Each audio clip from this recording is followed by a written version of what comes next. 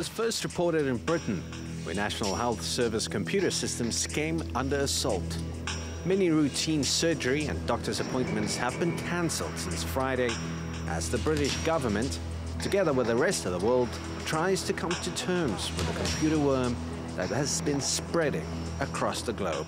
But this is not something that has focused on attacking the NHS here in the UK. 150 countries are affected. Europol say there are 200,000 victims across the world. The EU's law enforcement agency, Europol, took the lead in bringing the attack under control. Yeah, it's unprecedented. It's beyond anything that we have seen before. The level of infection and the amount of damage potentially it's inflicting. The malicious software known as WannaCry locks computers and demands users pay $300 in Bitcoin to retrieve their files. Spread through email attachments, the software found its origins in hacking tools originally created by America's National Security Agency.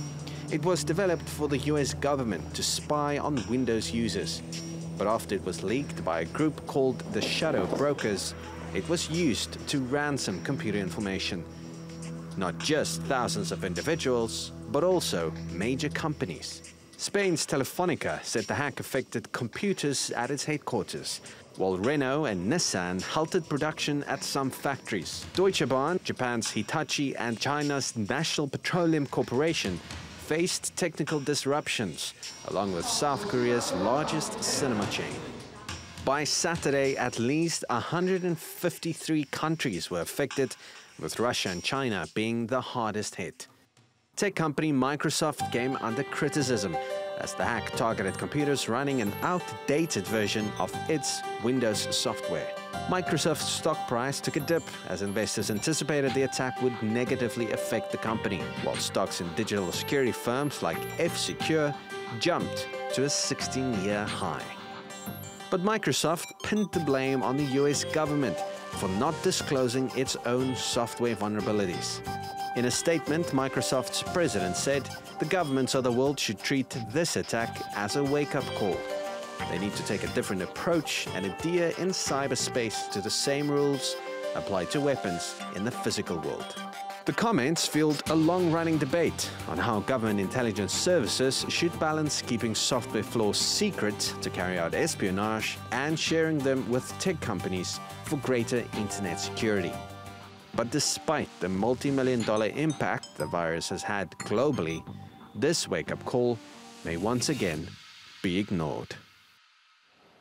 And AP joins me now on set. AP, thanks so much for being here. So the consensus seems to be that companies are still not quite ready.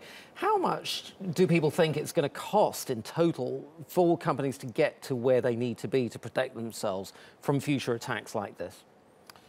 So right now, the financial impact, at least, is being assessed around a couple of million. They say anything below $1 billion. It's not that big, but despite that, you know, the attackers, it would seem, they didn't really expect the impact to be this large. This is mostly due to companies, you know, it's both old and young, but mostly multinationals who, it's very hard for them to say, update a system, a global system. Often you have companies who say, for example, run HR systems on older computers, or in the case of Deutsche Bahn, these were displays that indicated when the next train is arriving. You know, it's almost entrenched into their whole system. Many of them would be able to foot the bill to update these computers. Whether any of these multinationals actually went ahead and paid the $300 in Bitcoin is still unknown. Many companies have not disclosed that, but there are smaller private companies who have been affected who said, you know, the kind of data that this malware have been able to hide behind this paywall, if you can call it that, it is essential to them. That this will influence their business. It could lead to a big lawsuit, and therefore $300 in Bitcoin was a small price to pay.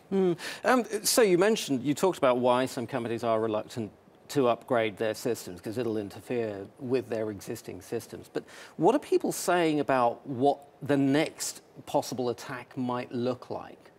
This is a good example of what could be. You know, when I started reading up on this story, it reminded me of this fantastic American program called Mr. Robot, and the whole premise of that show is this unexpected electronic, you know, virus that takes over the world. And this, I think, we've just got a taste of what could happen overnight without anybody knowing, and it will shut down global companies. You're absolutely right. It's one of the few US soap operas I have seen, and it is a great program, an art imitating life. Andre-Pierre du Plessis, thank you very much indeed.